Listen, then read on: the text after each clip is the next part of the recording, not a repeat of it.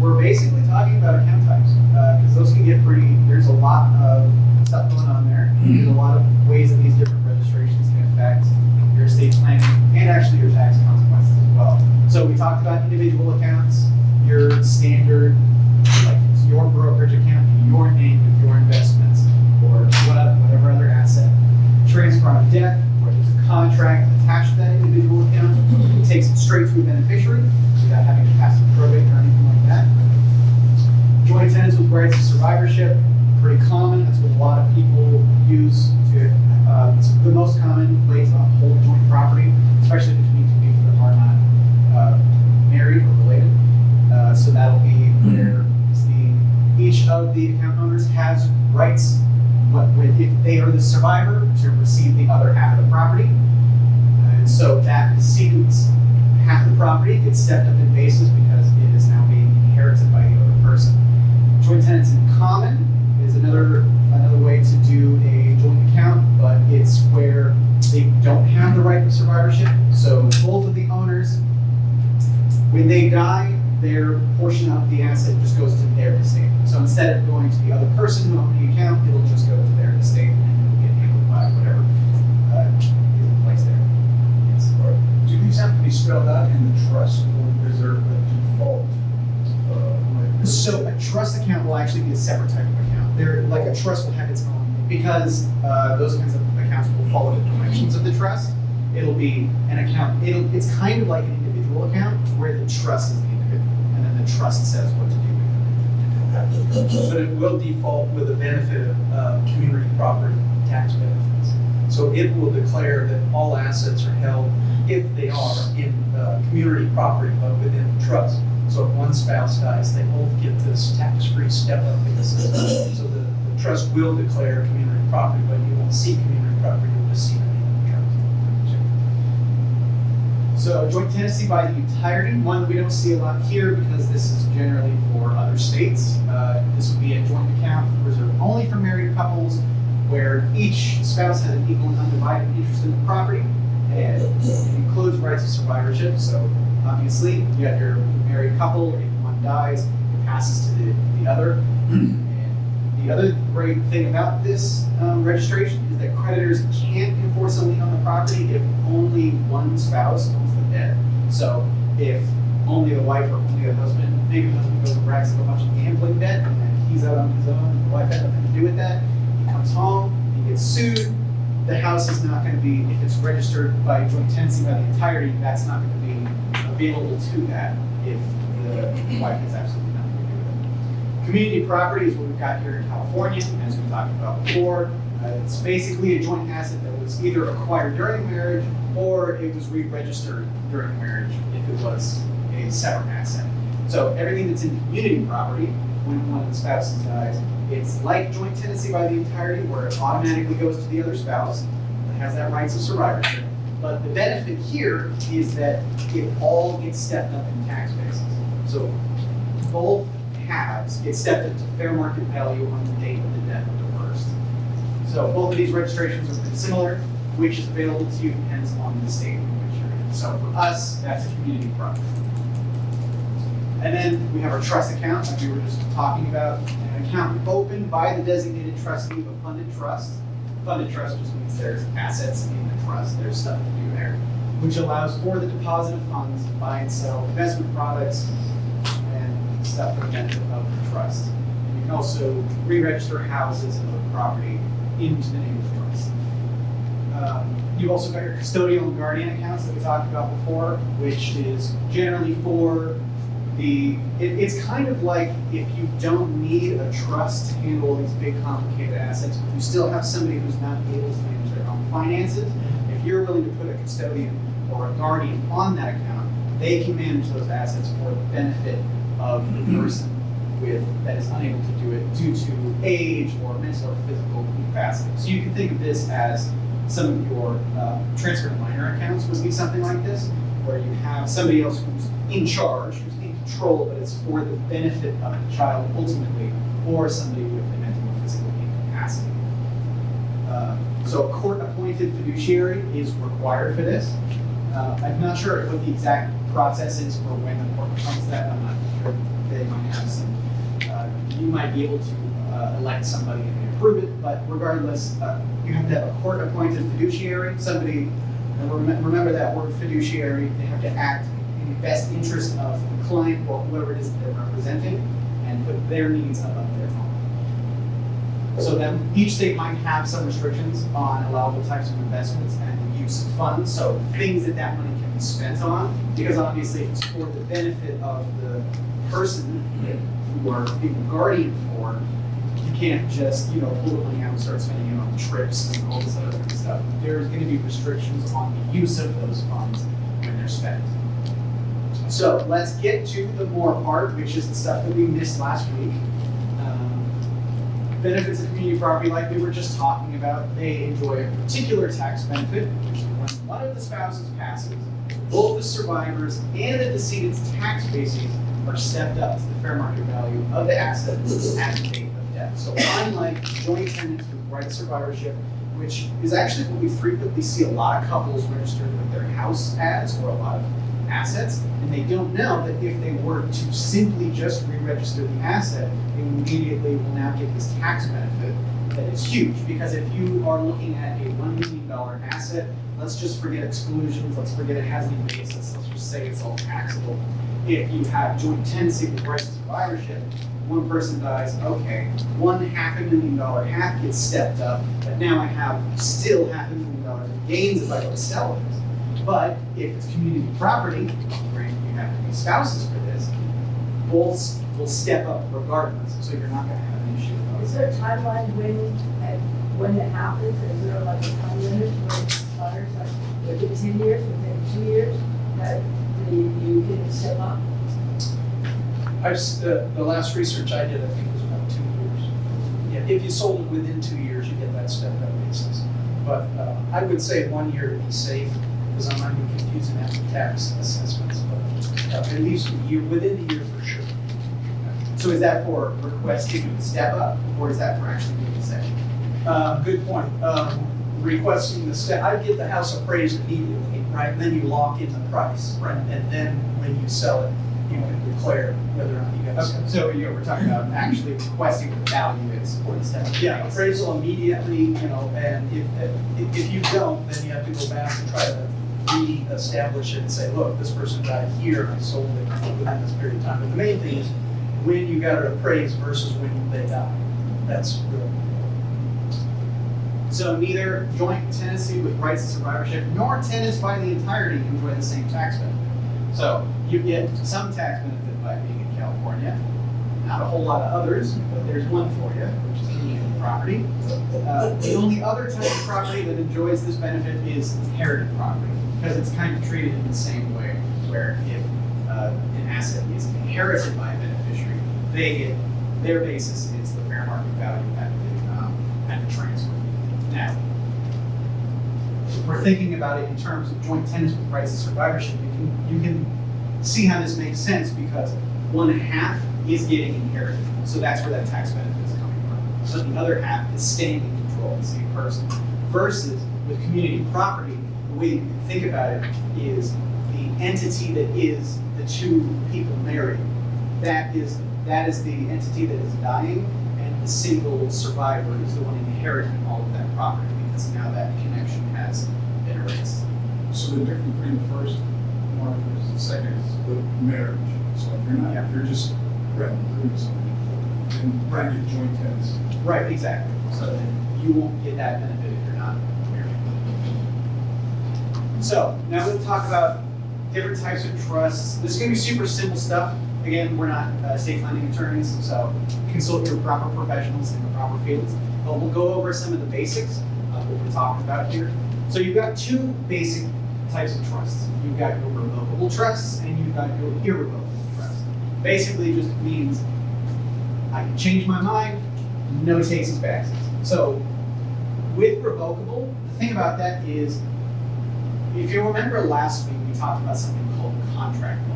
So that's something like transfer on death or a beneficiary on an insurance policy, which means that there is a specific direct line of sight to the beneficiary that this is going to. It has been decided before death, and that can avoid the probate process where the court decides for you. So it just gets to travel straight to where it needs to go.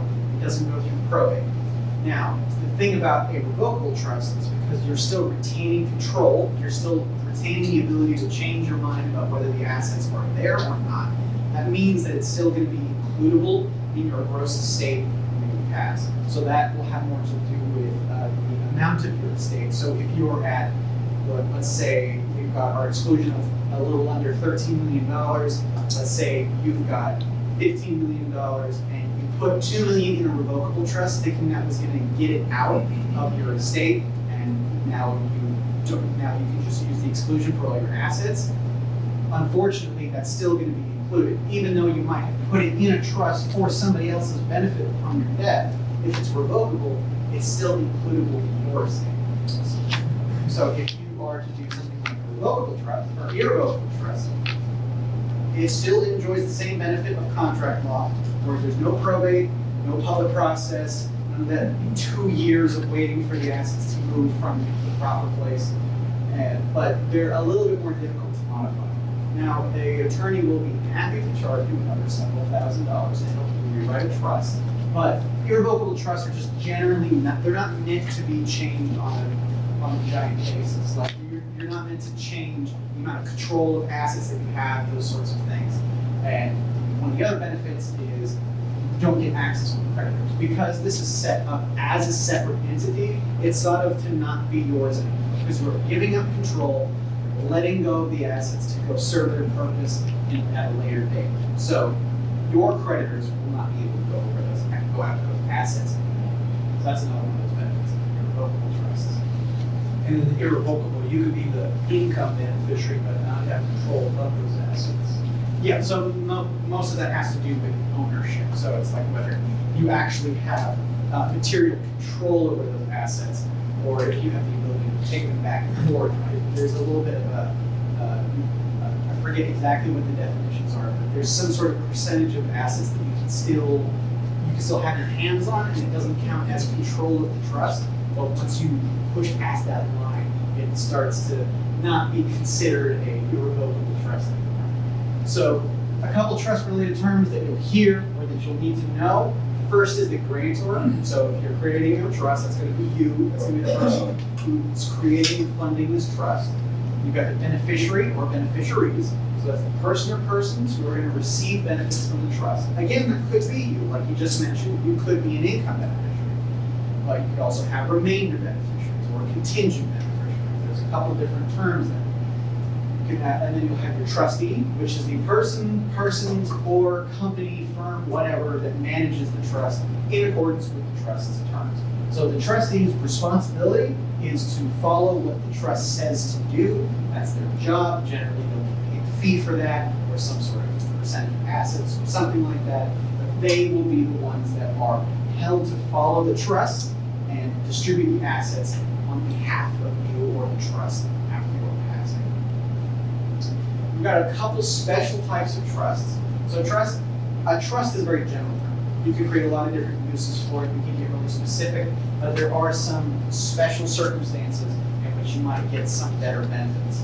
So first of all, we'll talk about some charitable trusts.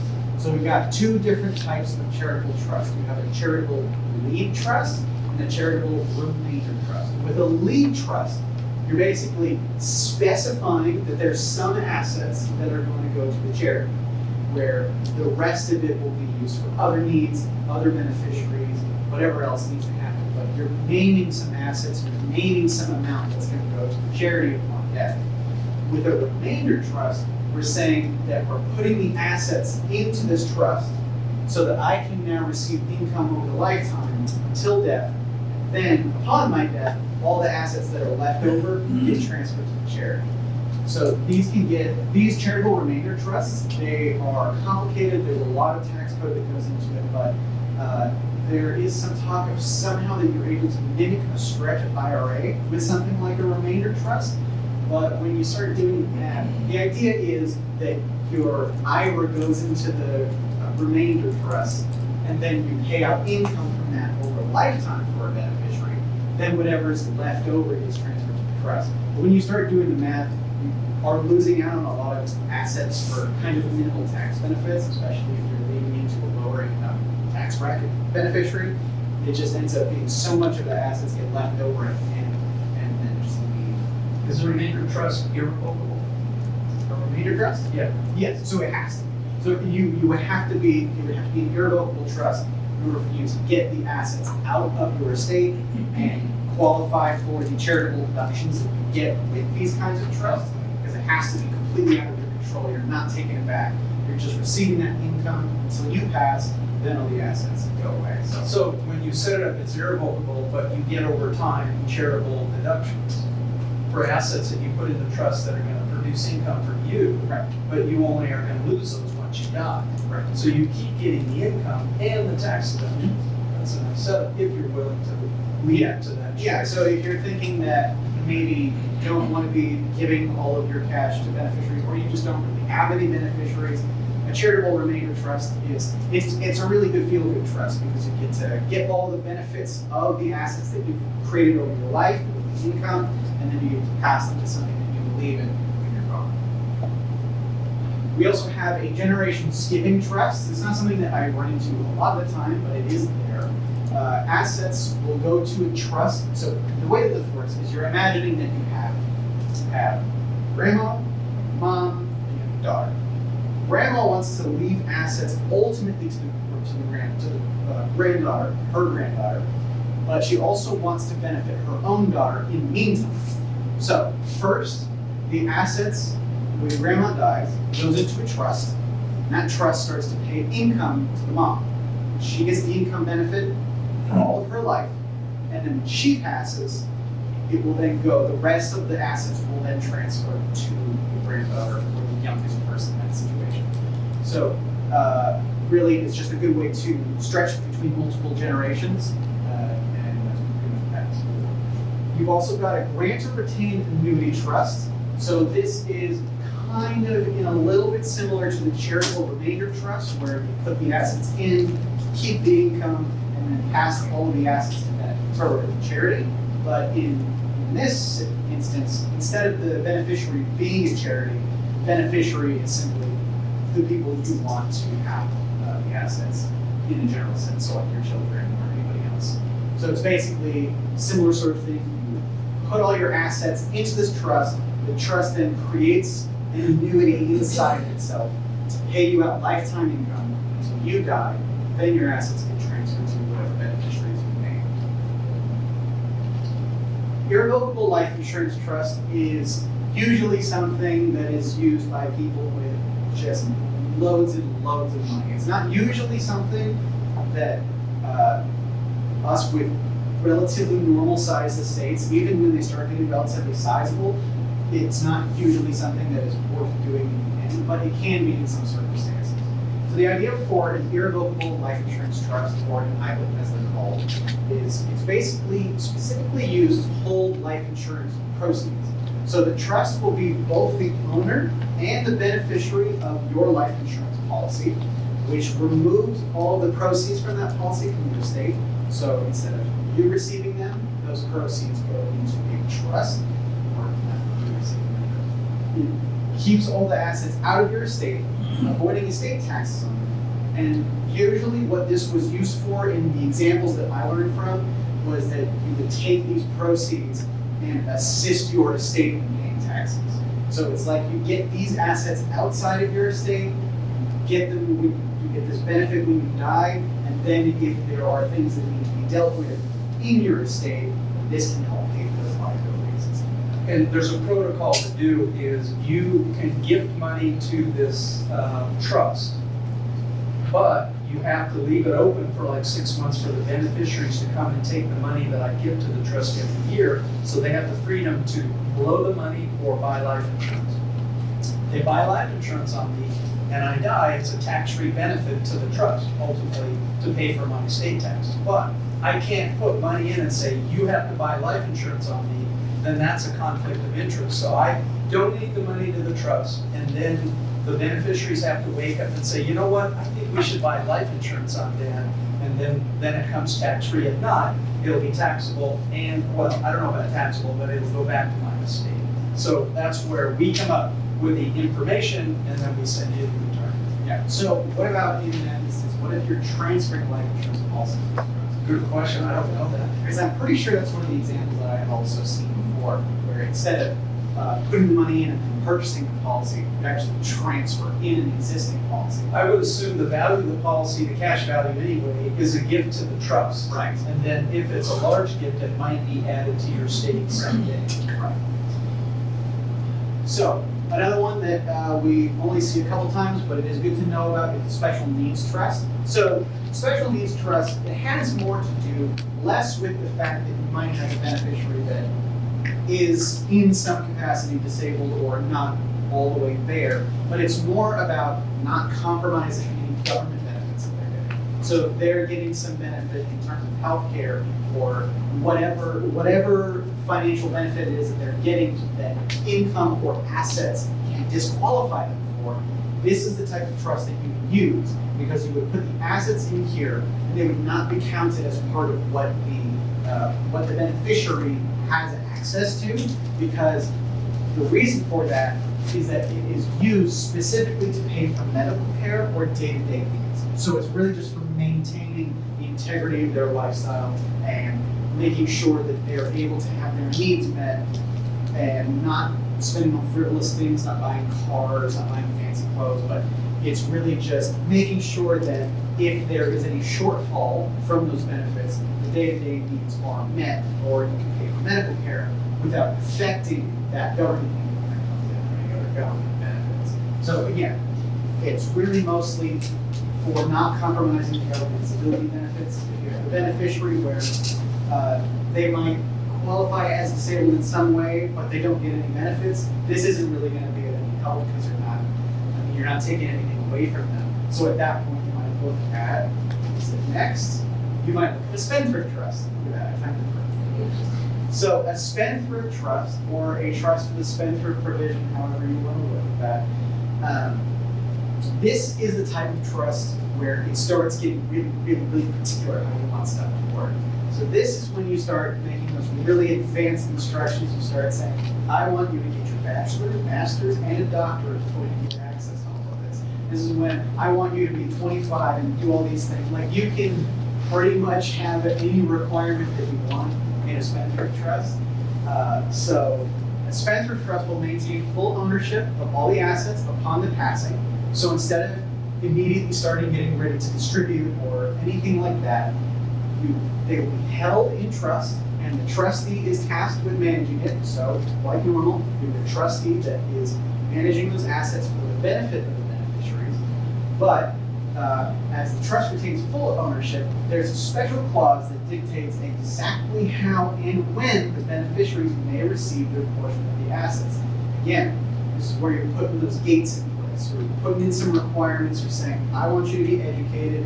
I want you to be this old. I want you to, I don't know, whatever the case is. Maybe they want you to be married first, so you have a family to take care of. Whatever the case may be, this is where you're really coming up with those super specific instructions, especially if you don't necessarily want to immediately start gifting cash, don't know if they're going to be able to manage it properly without whatever education you think is necessary. It's a good way to kind of put that buffer period in where at least you know they had to work for it instead of just waiting for you to go. So another type of trust is a testamentary trust, which is also called a will trust. And this is the type of trust where it's established on death. So you don't actually establish it beforehand. You put it in your will that you want a trust to be established for you once you pass. So this is basically like a revocable trust. It's dormant until you die. And because it's revocable, yes, it avoids probate, like I mentioned before, but it's still included in the gross estate. So this is really what this is. If you don't want to set up the trust before death, but say your will kind of captures everything, and you say, I just want to put all these assets into a trust upon my death, and then have it managed that way, this is one of your least complicated trusts to set up because you just specify it. But again, it's going to avoid probate, which is good, but it's still going to be included in the gross estate. Which, as of right now, you have less than $13 million to give away, you're fine. So that's not really wrong. So Now we're gonna get to an estate planning checklist that we pulled from your wallet, another one of the nice resources where you can find some interesting stuff. So we'll go through what they sort of recommend as your process. If you are going through your estate planning, you want to just make sure that you have all your bases covered. So the first things that you're gonna wanna do, here is everything in order. First, you create your inventory, looking at all your assets, checking on what you have, account for your family's needs, figure out what it is you're providing for.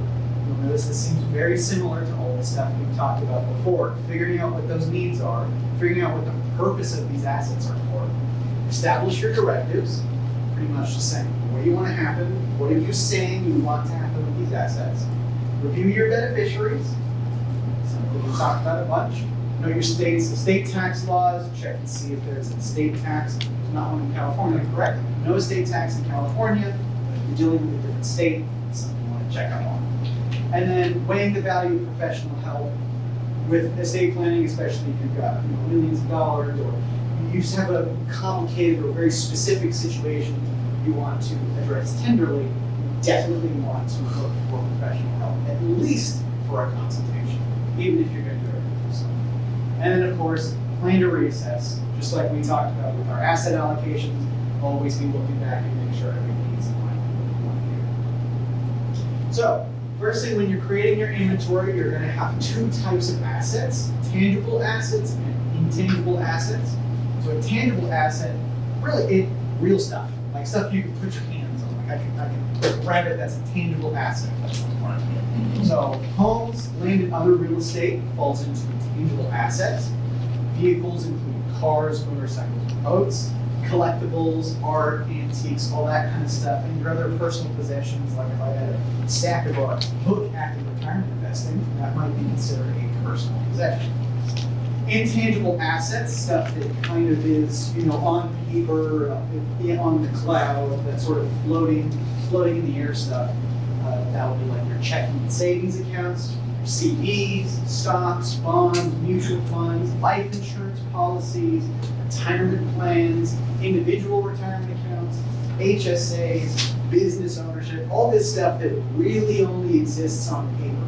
Like it's not, you're not holding your 401k gold bars at a safe at home. You've got it up on somebody's platform like Schwab or Fidelity or what have you. So then you want to account for your family's needs. Write a will if you don't already have one. It's really easy to create a will. You can write them online. There's a lot of services that can help you. It's a good thing to always have is a will. And ensure that you have enough life insurance. If your next question is how much life insurance do I need? It depends on factors such as whether you're married or if current lifestyle requires dual incomes. So that's one that's really important. If you're in a dual income situation, you got to think about in the future what happens when one of those goes away. Because usually, yes, expenses can drop with one person gone, but there's some expenses that don't. Mortgages don't just kind of go down because there's one less person to pay it. Utilities, maybe your electricity will be a little bit lower, but there's a lot of things that are not going to change. A lot of those things you're going to be paying for are going to be relatively the same. Maybe it's going to be a 75% drop, but it's not going to be a 50% drop. So you want to really take that into consideration. What situation am I leaving behind, and do I need to leave some sort of a buffer? And especially for your children, right, that are working or grandchildren. So obviously, if you're not working or you don't need life insurance, pass this down to the kids or the grandkids. So put them in this place. If they have a family, they need these things. And for you, you might be canceling life insurance, or maybe you don't need it, but still pass all of this on to future generations. So we're pushing for everybody to know it, everybody to do it, but obviously life insurance for disability, that may be more for the grandkids or adult children. Yeah. So life insurance is especially important for those who have dependent children. So like you mentioned, younger kids, with kids, those people are going to be really good candidates for life insurance because if you're raising a family and you lose one of the parents, that's both probably income and child care that's going to have to be paid for. So yeah, it's really important to have life insurance in those situations. Name a guardian for your children and a backup guardian just in case you write the will. So it kind of sidesteps some costly family court fights. Like you can kind of think of that similar to like a probate situation. So if you don't want your assets going through probate and having the court decide where they go, you probably also don't want your children going through that same process. That's just so much less about the financials, but that could be like just emotionally really unfortunate for the children in a lot of circumstances. And it could also drain your estate's assets because the estate's going to have to pay for all of that. So at the same time as it's horrible for the child, it's horrible for the estate too. So making sure that there's somebody that can step in there and take care of things with dependent children, is really important. More dependent adults. If your adult children have dependent children, make sure they do this, because guess who's going to be stuck with guardianship if, let's say, your son-in-law and daughter perished in an airplane crash and there's some 3 grandkids. Who's going to get the kids? Unless they have a relative real close, it's going to come back to you, right? So, and really work on these things for your adult children or other family members, because we don't want the court looking around thinking, well, we just have the parents in the same state. They most likely, the adult parents that passed, would have really good friends that they would want to raise their children, so they need to start thinking about that. So your kids and grandkids need your estate planning advice. So, when you're establishing your directives, a trust might be appropriate. Like all the stuff that we talked about, you got your revocable living trust, put your assets in there, select a trustee, and they can manage the assets for your benefit and for that of your beneficiary. If you become ill or incapacitated, your selected trustee can take over. Kind of like a power of attorney, same sort of situation, but it's basically declared what assets are a part of that. So if you possibly wanted to give somebody power of attorney, but only over certain things, this might be something. A revocable trust might be something that would be helpful for you. So upon your death, the trust assets transfer to your designated beneficiary, bypass the probate, mentioned before. And there's also the option to set up an irrevocable trust, like we mentioned, that can't be changed or revoked by the creator. Can't is a strong word. You can actually rewrite some things and adjust some things as long as you go through the proper methods and spend the proper amount of money. Medical care directive is also going to be really important, which is also known as a living will. And it spells out your wishes for medical care if you become unable to make those decisions yourself. You can also give a trusted person a power of attorney for your health care, and giving that person authority to make decisions if you can. So these 2 documents often are combined into one, which is your advanced healthcare directive. So it's very, very recommended to have an advanced healthcare directive, just in case you end up in a situation where you know what your wishes are, you know how you want to be treated, and you want to make sure that everybody else knows that too. Now, understand that while these are supposed to be legally binding, you can run into situations where, I mean, if you're in the hospital, you're not in an attorney's office. I mean, that's really, it can be scenarios where it ends up being bypassed. So no, it's not a guarantee, but it's as close as we can get. You know, and if you trust the people that you're giving these decisions to, it should be able to work out all right. But we've seen circumstances where a family fights this really, really hard because they are unable to either let go or whatever it is that you decide, they're just not able to cope with that. So it's important that you're able to give this responsibility to somebody who can either make a detached decision or be able to understand you well enough to know that. And as a part of the trust, it's good to have wording in there to say, if I'm incapacitated and I haven't died and I'm going to a care facility, price is no object. Don't save money on me, right? Because if you have beneficiaries, they might be thinking, well, we can put mom in this real low price place and save our inheritance. Watch out. No, we want to spend the top dollars on you or not, but at least be aware that in your trust, it's a good idea to be very generous for yourself and your care. Yes, and because your cost of living, your care could be $200,000 plus a year if you want to stay home. And the kids might be saying, no, we got a cheaper place over here. So if you want to stay home and you're not capable of making all the decisions, but this is the money you save for your lifetime, if you want the best care possible, at least have the attorney mention. So another thing when you're establishing your directives is a durable financial power of attorney. So like the medical power of attorney, like the advanced medical directive, a durable financial power of attorney allows someone else to manage your financial affairs if you're medically unable to do so. There's a couple different pieces in here that I want to talk about before we get into it. Durable is kind of an attachment term to this. Power of attorney is the basic thing that says you're giving somebody the power to manage things on your behalf. If it's durable, that means that it survives you becoming incapacitated. It doesn't survive you dying. No power of attorney goes past your death, but a durable financial power of attorney will allow somebody to make decisions for you when you become incapacitated. Now, there's another thing that you can attach to that called springing or springing forward, which basically provides an event that must occur in order for the document to go valid. So you might have a spring forward durable financial power of attorney. Long name, but essentially it'll be on whatever event. So if I become incapacitated, let's say that's what it is, the document becomes valid, and because it's durable, it survives my incapacitation, and that person now can make decisions in that period of time between either you getting your senses back, or if you can ultimately pass, then it will go to whatever other directives you pass that on. So your designated agent, which is your power of attorney, as directed in the document, can act on your behalf in legal and financial situations where you can. So this is the kind of stuff that you would use for making sure that your bills and taxes are paid. You're not missing utility and mortgage payments while you're, in a coma or whatever the situation is, as well as accessing and managing your assets. So making sure that whatever you were doing while alive continues to happen, and you don't come out of whatever situation now suddenly in debt with your house foreclosed and you don't have anything anymore. So having somebody who can step in is very important. It's also really, really important that this person can be trusted 110%, because they are able to act on your behalf for good and for bad.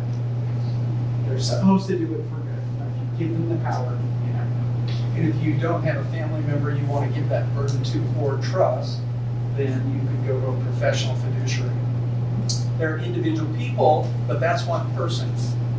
Bigger institutions might charge a higher fee, but they have deep pockets. You can sue them and they'll have money if they don't do the right thing. An individual, the risk is there. But if they have a bond or something, right, maybe that covers and insures them. So we can also talk about a limited power of attorney. So with a power of attorney, you don't have to give general powers. General powers will be, that also is language that can be applicable to a trust and things like that. If you give general powers, it means they can pretty much do whatever they need to do, but a limited power of attorney for limited powers in a trust might be a little bit more specific about what they're allowed to do.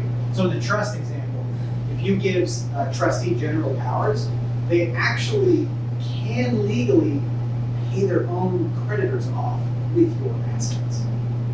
But if you limit them to not be able to do that, which is probably what you'll end up doing, then they can only pay off your creditors, and that's not their own. So a limited power of attorney can be useful if the idea of turning over everything to someone else concerns you. This legal document does just what its name says. It imposes limits on the powers of your named representative. For example, you could grant the person the power to sign the documents on their behalf at the closing of a home sale or to sell a specific stock. So if you have stuff in process and you want to make sure that they can just sign your name for stuff that's already been agreed upon, you can make that part of the limits of the power of attorney. So be careful, like I just mentioned, be careful about who has your power of attorney. They may literally have your financial well-being and even your life in their hands. You might want to assign the medical and financial representation to different people, as well as backups for each in case your primary choice is unavailable when needed. That's also something. Contingency plans and estate planning is super, super, super important. Making sure that if not this, then this, and at least having one backup, if not having a second and a third, is a really, really good idea. Or having some kind of catch-all where if nothing really applies, we know where this is going, or we know a chair. Do you have limited power of attorney on managing money? If so, what guidelines and rules and laws do you have to fall. So yeah, so we would have a limited power of attorney in terms of managing the money because it really the specifics in terms of what we have to follow. We're managing the money has to do with fiduciary responsibility. So we can't move money in and out of accounts without proper authorization or requests or anything like that. But within the accounts, we're able to move back and forth between assets that we deem are suitable for the client and then line up with risk tolerance and objectives and that sort of thing. Which you get from the client. Right. And there's always a confusion of what's moderate risk versus how much we go back and forth. But when the advisor has discretionary authority to reallocate the portfolio, it has to be based on your needs. And they need to be talking to you once or more a year to see if that need has changed. So time frame of when you might need the money, the volatility tolerance you're willing to take, political or other types of investment objectives. So if somebody has limited power of attorney, it's not to pull money out or move it to different accounts. It's only to allocate and invest it the way that it was predetermined that's best for you. And then if you call us, this is a little bit off the point, but happened recently, if you email or call us, say, hey, I need some money, well, we're not gonna send you money until we talk to you. And then, because we wanna make sure it's not a fraud thing. Then, even then, we'll transfer the money to your predetermined bank account that you've already authorized. So then it's on the bank who they give the money to. But limited power of discretion, is that right? Limited power of attorney is for your benefit, but we're heavily, heavily regulated by the SEC and other companies. So, reviewing your beneficiary, something important, something that people tend to forget sometimes. Check your retirement and insurance accounts. So obviously when you set up your IRAs or checking in with your financial advisor, you're talking about life insurance products or other types of insurance products that have beneficiary designations. You need to keep track of them and update them as needed to make sure that who's getting these policies, who's getting these assets, is who you want to get these assets. Because again, relationships can change, circumstances can change, or maybe you were doing it for a tax reason, but then somebody stepped up a bunch of tax brackets and now it no longer makes any sense for them to get that asset. So if you have somebody who's in a super high tax bracket, you might want them to get life insurance proceeds, versus if you have somebody in a low tax bracket, you might want them to get some income benefits or IRA distributions or something like that. Make sure the right people get your stuff. Some people sometimes forget the beneficiaries they named on accounts in the first place. So many years ago, you might have an old policy that you just don't really think about too much, and it's kind of in the background.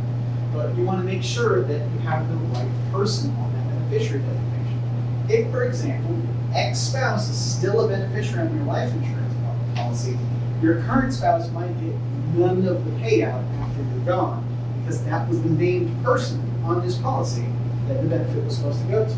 And they only have to have an insurable interest at the time that the contract was created. It doesn't have to carry forward.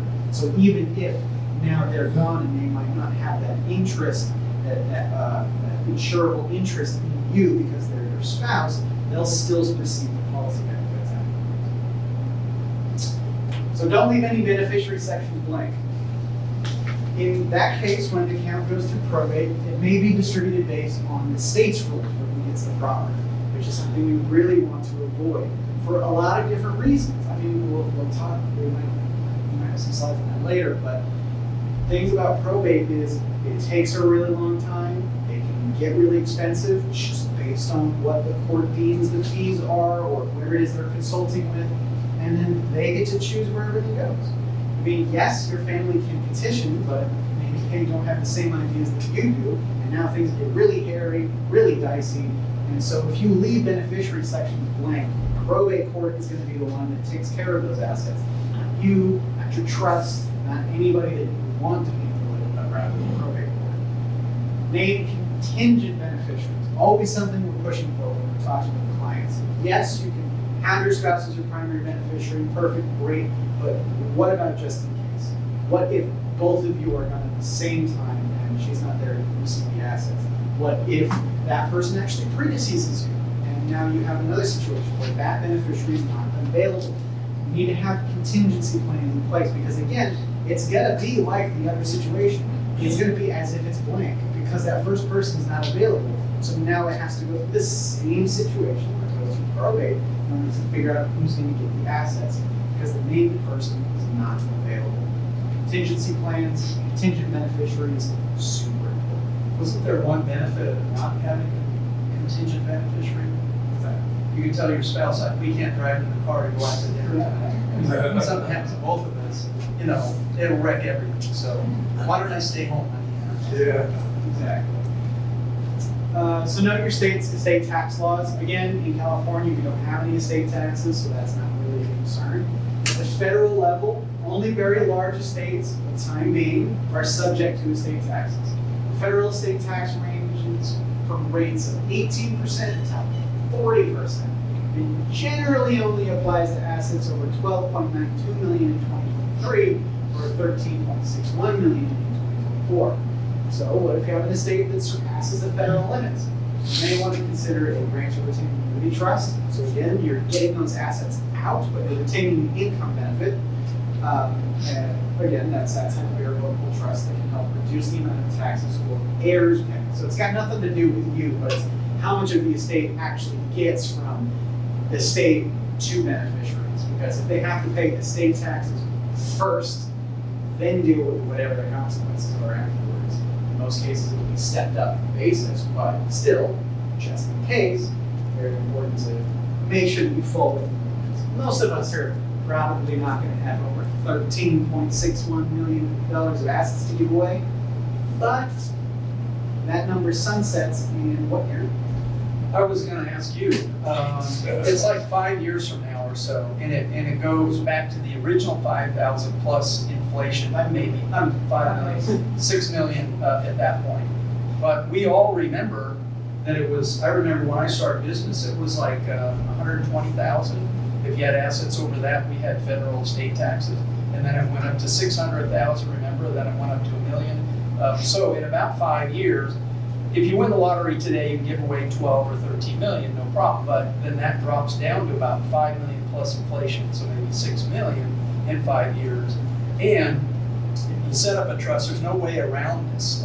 If you put money, give it away now, they'll go back and still hit you. If it drops to 5, they'll consider anything you give away now part of that 5 first.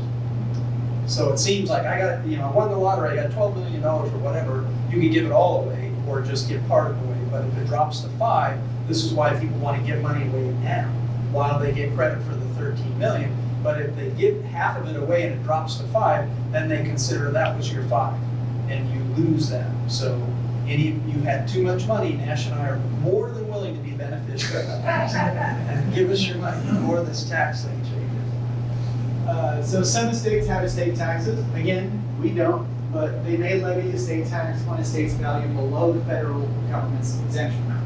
So even if you might have less than 13.61, you might still pay some estate taxes on the state level. Again, not a problem here, but if you've got people in other states, with large states that are dealing with stuff like this, might be something to consider. It'd be interesting to see, I don't know what it is, but what Texas and Florida, do they have an estate tax? Because California doesn't, so before you move to some alternative state, check on property taxes and estate taxes. Yeah. And if you have rentals here, you move out of state, you're still gonna pay some California tax. Yeah. Some states also have inheritance taxes. So the people who inherit the assets might have to pay a little bit of a tax on those assets, even if they're stepped up fixes. So that's another thing to check. I don't think we have that. Oh, what's that, inheritance? I don't think so. So, weighing the value of professional help. If your estate is small and your wishes are simple, an online or packaged will writing program might be sufficient for your needs. Now, I will say that even if you are able to do it yourself, I would recommend at least grabbing an hour with an attorney just to make sure that you know that the things you want are the things that will work. Because oftentimes, I mean, I see a lot of things online, like YouTube videos, TikTok videos that come across and they give you this perfect solution. And then you do 10 minutes of research and realize there's all these different exceptions, there's these fees that you'll pay, these taxes they didn't talk about, and all this other stuff. So it's important to work with a professional, even on just a very short-term consulting basis, to know that your ideas are actually following all the laws and the codes, and you're not putting yourself up to some sort of risk. Like if you're doing one of these gray area loopholes, That might work for now, but the IRS is very famous for when they change their mind, they change it retroactively and look back at everything that you did previously and then say, that doesn't count anymore. Now pay the tax bill. And then if you can't pay it right away, you start accruing penalties and interest. So it's just important to know that everything's going to happen cleanly, smoothly, and the way that you actually are desiring. Some of the services for another $50 or $100 will let you talk to an attorney. And so you just tell them, here's my situation, does this look right? And if you have a very simple, just get it to the beneficiary, not a problem. But I would definitely hire them as well. And then if it goes beyond that, then just bite the bullet and hire an attorney. Yeah. So these programs typically account for IRS and state-specific requirements and will walk you through writing a will using an interview process about your life, finances, and bequests. And bequests is just you determining when you're going to give somebody an asset. You can even update your homemade will as necessary for a lot of these programs. So if you have doubts about the process, it might be worthwhile. I would say even if you don't have doubts, even if you think you are perfectly certain on what's going on, you know for a fact you've looked at every code, still take it and get that hour or half hour. It just is so worth it to get that second pair of eyes, even if you're not going to put them on retainer and hold them as your consultant for life. It's good to at least have somebody to double check what you think is going to be the right thing. So consult an estate planning attorney and possibly a tax advisor. They can help you determine if you're on the proper estate planning path, especially if you live in a state with its own estate and inheritance tax. For a large and complex estate, think special child care concerns, business issues, because those can get really fishy really fast, or non-familial heirs, or like blended families and stuff. An estate attorney and or tax professional can help you with sometimes complicated implications. Again, a lot of people will come up with solutions that sound simple and great and easy, and there's just all these teeny tiny little details that they don't account for that can make big changes later down the road. So if you're making a lot of decisions in the process, that's just more places for you to have missed something, even if it's just one tiny little tax code or one tiny little requirement for a particular conversion or whatever it is to actually apply. Really important to get that consultation help. One little trick, if you want to have somebody review your trust, but you don't want to get hustled into, we can redo, you have to do a new trust. We're going to charge you another $3,000 to $5,000. One, you can restate the trust, but now they're on to you and they're going to charge the same price. Restating means just update your trust with the same name. So what I always tell people is if you go visit a relative in Nevada or Oregon, some state that's fairly close, take the trust with you and then hire somebody locally and say, look, I'm visiting my sister here and I'm only going to stay here a week. Could you review this trust and just look it over? I know it's California and you're in Oregon, but could you tell me if I'm in the right page here? And they give you some good ideas and they know you're leaving, you're not going to stick around, they're not going to get you do no trust. Say, I just want to pay you for a half an hour. Would you look at it? Anything that I need to know about me worried as you're walking out the door. See you, bye, thanks. And so, because any other trust attorney, they're going to find something wrong with the old one, usually. And they might be totally right, but I'd rather hear it from somebody out of state that says, I think California does or doesn't, and then you can go and be prepared to write a new trust for $3,000 to $5,000. So, plan to reassess, just like we talked about with all of our asset allocations and our financial planning. Make sure that you're revisiting your estate plan. When your circumstances change, for better or for worse, you've got to make updates. You've got to make sure that everything's still going in line.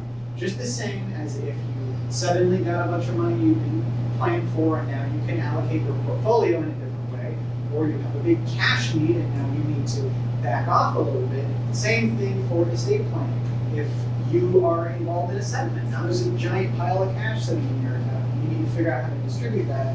You're going to have to go back through and make sure that that happens. If a beneficiary dies, and that was the only beneficiary for the trust, you need to come up with some new person to name or some way for that to get handled. So this may include a marriage or divorce, birth of a child, loss of a loved one, getting a new job, or being terminated. All these things can make differences to your estate plan. Revisit your estate plan periodically, even if your circumstances don't change. Although the situation may be the same, laws have changed. This is something that we talked about when we talked about the daily, weekly, monthly monitoring and all that sort of stuff. even if everything you got is still perfect for your situation, if you lost a particular tax benefit, it might now drop off the efficiency, or it might now not be quite the proper thing for you, or maybe you were looking to take benefit of some policy or something, and it just doesn't exist anymore. Now you need to reevaluate and make sure that you still are on the right path. It will take some effort to revise your plan, but take heart. The need to revise means you've already avoided the biggest estate planning mistake, never drafting a plan at all. So that's the most important thing. And it's just to know that no matter how simple the plan is, know that there is one, so that it's just taken care of. So now we'll move on to class 11. Or, let's see. Not estate planning, but tax efficiency. We'll talk about a couple of different things that you can do to manage your tax efficiency and make sure that everything is, we're not exactly going to avoid income taxes or avoid capital gains taxes, but there might be some ways that we can more efficiently spread the pain. Yeah, taxes are always gonna, there's only two things certain in life, it's death and taxes. We're gonna have to end up paying the taxes unless you really don't want to pay the taxes, in which case you're gonna have to die. So that's kind of the situation. But we'll talk about a couple things that maybe can lower your burden or shift the pain to different areas so that you can manage it in a more reasonable situation for what you were. So look at some available options, changes in life stage, and some other situations. So first of all, we've got kind of this stair-step sort of idea that you can use if you just want to look at building a tax-favored pile of assets. So you might start with something like a tax-favored money market fund, generally something that is paying interest, though it might be a little bit less interest than you get on something like a treasury bill or whatever is a little bit less tax-favored. They might use treasury bills, they might use municipal bonds, it kind of depends. These money market accounts will give you less tax liability. And some of them are, I can't really say tax-free, but so close to that. It's tax-advantaged is the right word that we can use, but it really can give you some more efficient dollars. Now, granted, when you get income that is not taxable, it's going to be kind of equivalent to if you had gotten a taxable income and paid the taxes on it. You're not just going to get free money and not pay taxes on it. You're still going to get sort of an equivalent, but that can still help in other areas. We've got tax-favored index or ETF income funds. So tax-favored funds, again, whatever strategy it is that they employ, they're trying to do it in such a way that doesn't generate lots of taxable things for you. Index funds, for the most part, are super tax efficient because they're just buying and holding a list, and the only time that any trades happen is when the list changes. And generally for things like total market or S&P funds, there's a pretty big event that has to happen for a stock to get on the list or fall off the list. And then also you'll have your municipal bond funds, things that can pay nearly tax-free. Overall, for municipal bonds, you don't pay federal taxes on them, right? Or is it federal? Well, the fund itself, if it's a municipal bond fund, generally is federally tax-free. But if the fund owns municipal bonds in the state in which you live, then you also get them state tax-free, right? And then I'm assuming city tax-free in New York and all that kind of stuff. Right. And mafia tax-free. Right. Then you've got your tax-managed growth fund. So again, funds they might be investing for growth, but they're going to do it in a way that minimizes the tax consequences to you.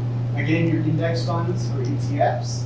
ETFs generally will be more tax efficient, something that we talked about a little bit more in depth before.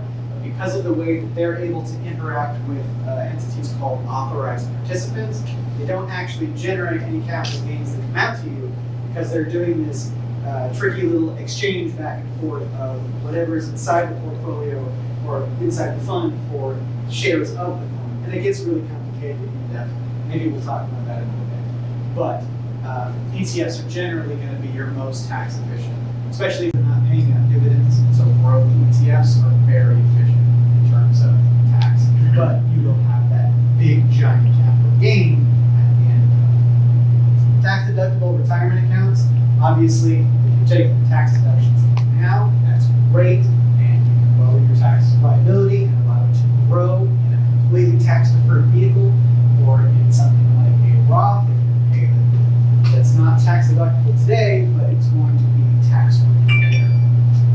personal residence, because of the different sorts of deductions that you can have for a personal residence, including like writing off some of the interest up to, I believe it's a $750,000 worth of interest. So the interest that you pay on the first $750,000 of your mortgage can be deducted, and then that's also going to be limited by your salt tax. Which might expire depending on who gets elected. Exactly. So you could salt tax if it expires, you could go back to deducting all of your interest, but state tax, right? Right. And property tax. Yes. Okay, but in this case, you get all the interest on the first 750 of property taxes and state sales tax on the rent. So either way, whichever politician gets elected, good things and bad things happen. Then as you move up, like I mentioned, you've got your Roth IRAs, Roth 401ks, where you're not taking a tax break now, but you're hoping that later that tax break will pay off significantly. You're usually hoping, these Roth accounts are usually for that long term. You want to see a lot of growth, lots of volatility, get me aggressive. Let's see these funds grow up so that when they get distributed out, there's absolutely no tax consequences, and you made a bunch of money. So a lot of growth funds, types of stuff that you want to throw in those Roth accounts, depending on the situation, of course. Tax deferred annuities. So an annuity can be a tax deferred vehicle by putting the premiums, put your premiums in there. If it's something like an immediate annuity, shove $100,000 in there, earns interest on the money that's inside of that annuity, and then it only gets taxed as it comes out. So usually we want to look for no load or low cost if we're going to use one of these annuities. Generally, we don't recommend them, but it is something that you can use. And for the most part, stick with fixed. Index and variables, they get dicey, really expensive, and surrender penalties are horrible. Be very careful when you're shopping for annuities. Read your contracts all the way through. Because we're just talking to somebody who has an annuity inside an IRA, and that's kind of redundant because the tax deferred benefits of the annuity are overridden by the tax deferred benefits of the IRA. So regardless, all the money coming out is taxable anyway, and he's locked into that for a long time. The surrender value is very, very, very low compared to the money that's actually in there. Granted, he has the ability to take out little bits every year, but he's not able to surrender the policy and take his cash back out like he would if it was in some sort of managed IRA or something similar. Something like commercial real estate might also have some good deductions. So if you are a person that's into that sort of thing, you can look into all the different deductions they would get. And personal business obviously is also a really good one too, especially if it's a growing business where you can write off a lot of business expenses and really bring that taxability down. We like commercial real estate over residential rentals, simply because if you have somebody that doesn't want to pay the rent, it can take 6 months, right, or a year. Commercial, they're real strict. You get somebody out of there. So evaluating some more tax efficient strategies. A lot of this will be stuff that we've already talked about. Tax advantaged investments, things like mutual funds that have the objective of giving you tax advantaged income or whatever, or distributions, whatever the case may be. Considering mutual funds versus ETFs. So that's something we've talked about a lot, where mutual funds, because it's kind of as if you're really owning a piece of that company, when they make profits, so do you, and they get passed out to you, and that liability gets passed out to you. Now, if you're holding that in something like an IRA, that's not a concern, but if you're holding it in an individual account or a trust account of some sort, and there's lots of distributions happening, it's going to be a pay-as-you-go sort of consequence, where every time that distribution comes, that counts for the year's tax. And I've seen people upset because I didn't get any distribution. Where's the distribution? I'm looking at my bank account. I never got a distribution. But it comes out and then goes back in, because you were very smart to say reinvested, dollar cost average, but it was taxable and you didn't see it. So, yeah. So again, tax deferred annuity, like we talked about, fixed and variable, though again, not really huge fans of variables. Variable is basically you get your annuity, but you're able to invest inside of it, which there might be some benefits to that, but to me, if you're going to invest, just straight invest. Don't lose a ton of money to fees and commissions don't get yourself locked into a surrender period that could make you only able to take out 10 to 30% of your assets in the first few years. Make sure that you have control over that. Or if you're giving up control, you know why you are. And they mark up the funds. You could have a .10 Vanguard S&P 500 fund in there, but they're not charging 1.10, they're charging 1.0. So they mark them up ridiculously. Plus, if you have a lot of capital gains, when you pull the money out someday, it's ordinary income. And if you leave it to beneficiaries, they don't get that step up in basis.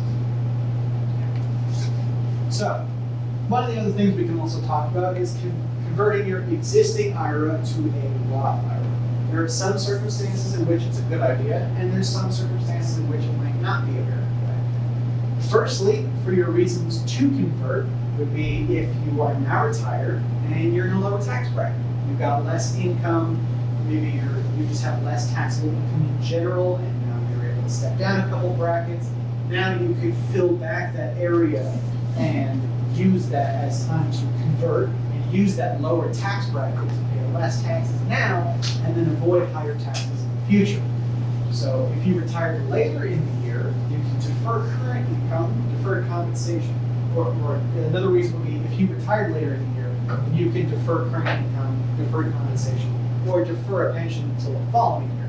Again, giving you some of that space where you can then do the conversion in the current year and then get all of that deferred comp next year and then not worry about it. So if you want to pay the conversion taxes for the benefit of your future beneficiaries, if you're just saying, I want to foot the bill, I want to do this, I don't care how much it costs, I want to pay the tax benefit right now, today, so that my beneficiaries don't have to worry about any of that, and they can just worry about the fact that it grew a bunch and now they get all this tax-free money.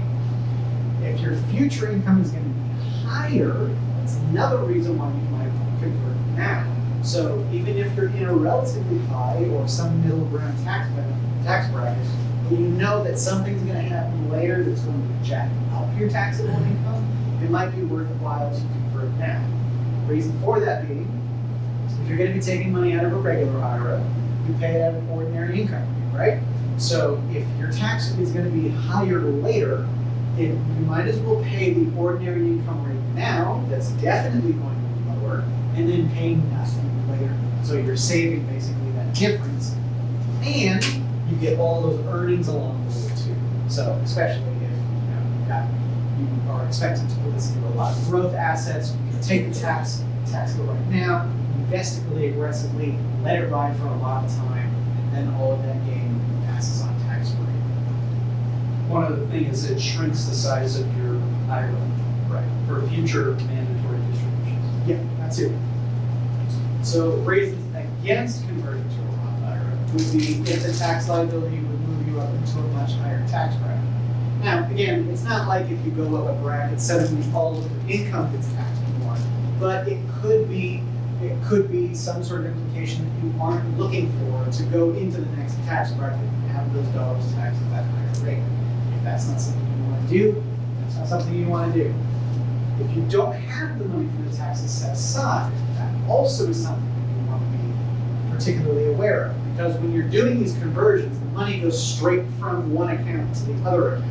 You don't take the money and put some aside and put it in, because you have to, the conversion has to be the entire amount that's coming out of the IRA. It has to be all of it going to the Roth IRA. Otherwise, it's going to get treated like a distribution. So you want to have the cash set aside separately in your own bank accounts ready, so that when you do that conversion, you pay for the taxes out of pocket and you let all of the assets sit in that Roth IRA. And you can do partial conversions, right? Yes. As long as all the money goes directly there. Yeah. And then you pay the, you can pull extra money out to pay the taxes, but then that extra money is going to be taxable. Exactly. Yeah. So, and then another reason might be if your tax rates are not less than they were when you contributed to it. So if your tax rates are not any less now than they were when you got the deductions, it might not be worth to do the conversion, because you might as well just pay the taxes. So we'll move on to a little bit of real estate. Some of the things about the personal residence. We mentioned a couple of them, but there's a couple more. So loan points on the very first mortgage can be deductible. Are there any limits on that? Not that I'm aware of, but I'm sure there is. Well, they usually usually can buy, what, 1 or 2 points or something like that. So the mortgage company's not gonna let you pay too much in advance. So mortgage interest, like I mentioned, is deductible for most homeowners on the first $750,000 of the mortgage.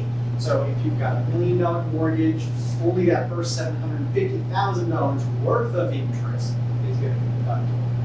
And property taxes are deductible within certain limits. In California, that's salt tax up to $10,000. And not all of the 10, if you are deducting something else in the salt bill. What's going to be state and local taxes? State and local tax. Okay, so those combined can't go over tonight. Yeah. So you can put improvements into your home, which can increase the basis. So you're not really getting any current tax benefits for that, but you're pushing up the value of, or pushing up the basis in your home so that you're paying from higher taxes from a higher level. So if you bought for $250, put in improvements of $250, now the basis upon which the taxable gains will be calculated is going to be that $500. But make sure you keep all your receipts and document all this. You can't just say, yeah, I installed the roof, definitely, and then expect that that's going to work out for you. So make sure you're doing really good accounting if you're doing something like that. Section 121 capital gain exclusion. This is basically that residence capital gain exclusion. If you live in your personal residence and you live there for a certain amount of years, 2 of the last 5, you own the house, you can exclude up to the first $250,000 of capital gains for a single person and a combined $500 for a married couple. So this can be super useful, but it's very important. Yes, the ownership test is a pretty easy one, but you want to make sure that you've lived in it for 2 of the last 5. If you haven't lived there for 7 years, they're not going to let you exclude it because it's not your primary residence. Step up in basis after death.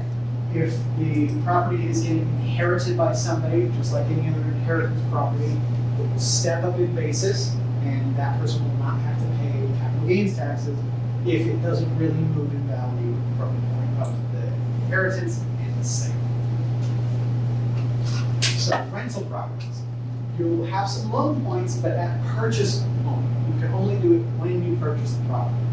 You can deduct mortgage interest, property taxes, insurance premiums, maintenance costs. And you notice that we're not mentioning a bunch of limits because this is an income-producing property. It's going against the rental income of it versus being part of your personal income taxes that you're just getting benefits for owning a house, period. This is more compensating you for the money that you have to put in order to generate, just like a small business. So management expenses as well. You can use something that's called a 1031 exchange. So if you have a rental property that you want to get out of, you want to move into something else, if you want another rental property, you can simply do an exchange and your basis will transfer into that new property, and then you can continue to write it out from there and not have a taxable event. Granted, you have to get another similar rental property, a like-kind property, so you can't just swap it out for a primary residence and move in. That's not going to count. It has to be like-kind rental property. So, we'll go over joint tenants with rights of survivorship versus community property again. We explained that a few times. Joint tenants with rights of survivorship only gets a step up on the decedent's half, and it's available to all relationship types. So whoever it is, you and your brother, you and your girlfriend, if you're not married, joint tenants with rights of survivorship is going to be what we use. Community property, while only available to married couples, receives a step up on the entirety of the account. As like I mentioned, it's more like the marriage dies and then the individual inherits from the marriage. So it's like that group entity is the one that owned it and is now passing it back to the individual as a separate person. Dealing with gain positions. So you can't, again, you're not going to avoid taxes on money you make. If you make money, you're going to pay taxes. That's just kind of how the world works. But there might be some little strategies that you look to use if you just maybe in a very particular situation want to minimize the taxes that you're paying. So if you're completely committed to selling an asset, and again, we're thinking about individual accounts, we're not talking about IRAs, we're talking about trusts, individuals, transfer of debt, that sort of thing. you might consider exploring the specific shares for stocks and ETFs or last in, first out. So what did these mean? There's the two common things that you might see when replacing orders in an account would be LIFO and FIFO. LIFO is the default, which means the last shares in or the last dollars in are the first dollars out, or the first shares to come out. So if I bought, say, 50 shares of an ETF for $50, and then I bought 50 shares of an ETF for $100, we step over, and now all of the shares are worth $110. If I elected last in, first out, and that's my default option, and I decide to sell 50 shares, the shares at the basis of $100 are going to come out first. So I'm only going to pay capital gains on the difference there.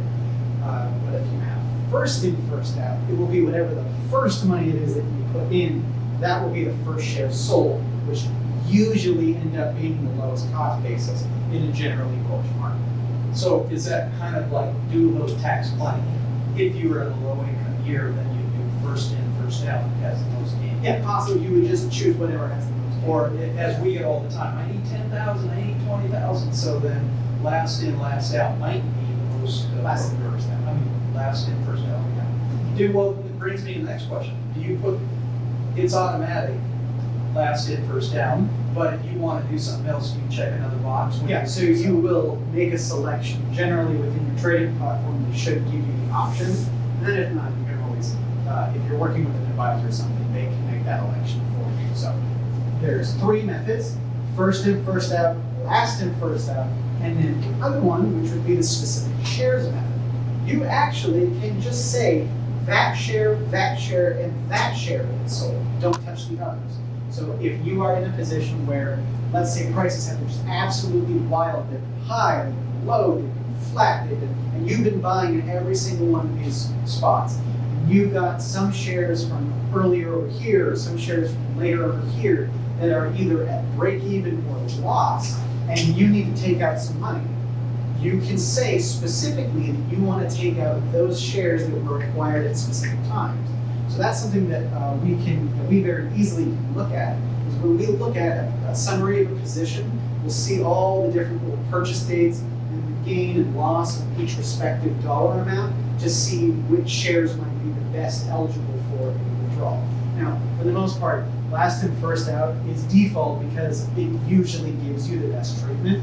But specific share method might be if you just really, really want to particularly minimize, especially with something like an ETF, where you can very easily determine which shares it is you want to sell. That could be something that is useful. But again, you're just deferring the pain of the other shares. So it's not like you're eliminating any tax liability. But then it's helpful. If I work for somebody and I bought their shares every year for 30 or 40 years, and I want to leave this to the kids, and I want them to get it tax-free, but I need some money, then I see you or somebody else. You can see every time I bought the shares, and then extract out the ones that are least gain for me when I want the money. And I'll leave the gain to my beneficiaries who current law gets a step in. Exactly. Okay, I didn't know that. Yeah, so Is that what you do on I sell my client stuff? You see what you do last. Yeah, we Last usually in, do first last out. in, first out. So usually, when we're choosing positions, because we're not usually selling out of volatile positions, we're usually selling out of pretty stable positions. Yeah. Because we front loaded that in the first place. Generally, we're doing last in, first out because it's usually coming out of assets that don't have a lot of volatility. So if there is any tax liability, it should be very minimal. If you're not prepared to sell, consider allocating your portfolio around the gain positions in order to maintain proper balance. So this is the most common when I'm dealing with individual accounts that were brought in or some sort of non-qualified deferred comp accounts that were brought in, where you have a really, really big individual stock position that's up like 3, 4, 5, 600% just because it's been 4 years or 40 years. So just because it's been that long, it's up so much, and almost all of the value is capital gains. We don't want to just, like, yes, it might be better to diversify and get that portfolio, allocated properly. But if tax is really, really important, and we don't want to be getting there's $10,000, $20,000, $30,000, $50,000 tax bills maybe, if you don't want to do that, you want to build the portfolio around that and consider that as one of your factors that helps determine the risk tolerance of everything else. So that's why we wanted to get so in depth about the investment analysis, about the portfolio analysis, and the different metrics that you can use to check and see if you're in balance. Because even with circumstances like this, where you have a specific fund, you have a specific individual stock that just ripped really high and has a ton of gains, you can allocate around that to prepare and make sure you're in balance. So even if that asset has a bunch of turmoil, the rest of your assets are allocated properly to balance against it. So you might end up being in a position where your company stock or individual stock or growth funds are all of your equities, and you have to balance around it just because of the size. This is huge because if you walk up to a Schwab or a Fidelity or you go online to a robo-advisor, once you transfer the money in, they're not worried about this. They'll sell this and buy that. You get stuck with a big tax bill. So we might get somebody with a fund or a stock they've had forever. We'd love to sell it, but we can't. So we've got to do what Nash is talking about, work around it. Or check with you first and say, we want to sell off. Are you willing to pay a bunch of capital? So again, another thing, this is pretty basic, but it's something to always remember is long-term capital gains versus short-term capital gains. Make sure that if you are going to be selling capital gains positions, that they're long-term. If they're short-term, make sure you're looking at these specific shares, last in, first out methods, because short-term capital gains get taxed the same as your regular income, the same as a job, IRA distributions, all that. It's taxed at ordinary income rates. So if you're going to be selling stuff that has a capital gain in a non-qualified account, make sure you're looking for something that you've held for over a year. That's one thing that some people sometimes get mixed up. You can hold it for 365 days, you sell it on the 365th day, it's still short-term. You need a year and a day for it to be considered long-term capital gains because it's over a year. So be very careful about that. But if you're looking at it through your brokerage company or whatever the case may be, it should tell you when you're looking at specific lots that you've purchased, which is just the group of shares that you purchased at any given time, it should tell you whether it's long-term or short-term. So then you should have that information on file. So, how income-producing securities could drive up your tax bill. Income is great, and it's nice to be in something that's a little bit more stable, like treasury bonds, corporate bonds, high-yield bonds, and they might not be so stable, depending on interest rates, but there might be some income-producing investments, dividend funds, all sorts of things that will still be taxable to you. So even if you aren't taking the money out, like we mentioned before, if it's not coming out to your bank account, even so, even if it's getting reinvested directly, and the dividend doesn't even hit the cash account in the brokerage account, but it goes straight back into the fund or the ETF or stock, you're still going to be liable for the tax benefits today. So dividends and distributions are taxable even if you don't withdraw the funds, even if it doesn't come out, even if you didn't really see it at all, it still was a movement, it still was something that happened, and you're still going to be liable for those taxes. So consider some tax-advantaged income securities or growth-focused securities to minimize tax consequences. And then again, the way that these growth-focused securities minimize tax consequences is because they're investing in companies that generally don't pay dividends, or they're investing in companies that just don't really have profits at all, and they're not paying out dividends, or maybe they're index funds and they're just holding for the long term. So those are some ways that you can minimize tax consequences, but if you already have tax consequences, you can't run away from them. You're going to have to deal with them today. You can do things to put you in possibly a better situation in the future. But remember, if you're minimizing your taxes, you might also be slightly minimizing your returns. So that's just a trade-off that you have to be willing to take.